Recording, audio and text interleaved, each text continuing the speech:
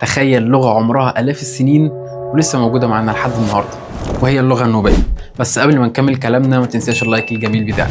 اللغة النوبية ليها تاريخ كبير وعريق وحضارة بتمتد إلى آلاف السنين، واللغة النوبية دي بيتكلم بيها أهل النوبة الموجودين في النوبة نفسها أو بره النوبة وجزء من دولة السودان الشقيقة. واللي أنت ما تعرفوش بقى إن اللغة النوبية دي مش لغة واحدة، لا أكتر من لغة. في عندك الكنزي وفي الفدكي، واللغة النوبية دي كانت بتستخدم كلغة كتابة في الوثائق الدينية والإدارية، وهتلاقي نقوش مرسومة على جدار المعابد والمواقع الأثرية.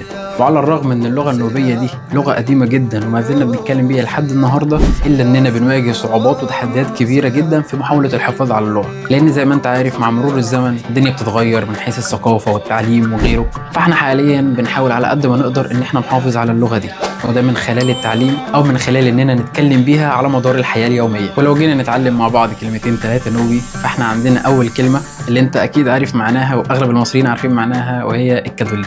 الكادولي معناها بحبه.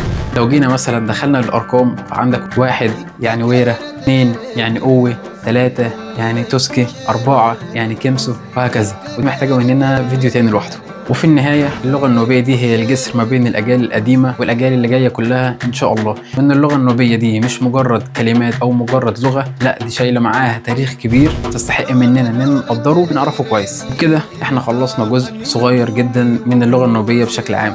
كان معاكم قاسم النوبي او محمد قاسم. ولو انت اول مره تشوفني ممكن تشوف الفيديوهات اللي فاتت هتعجبك، وقول لي ايه رايك في الفيديو، وانت تعرف ايه تاني عن اللغه، وانت لغتك ايه بالظبط، كنزي ولا فدك. وقول لي عايز تعرف ايه تاني في الفيديو الجاي، وما تنساش تعمل شير للفيديو مع اصحابك الغير نوبيين عشان تعرفهم لغتنا. مستني رايك تحت في الكومنتات. وبس كده يا سيدي، انا جيت النهارده عشان اقول لك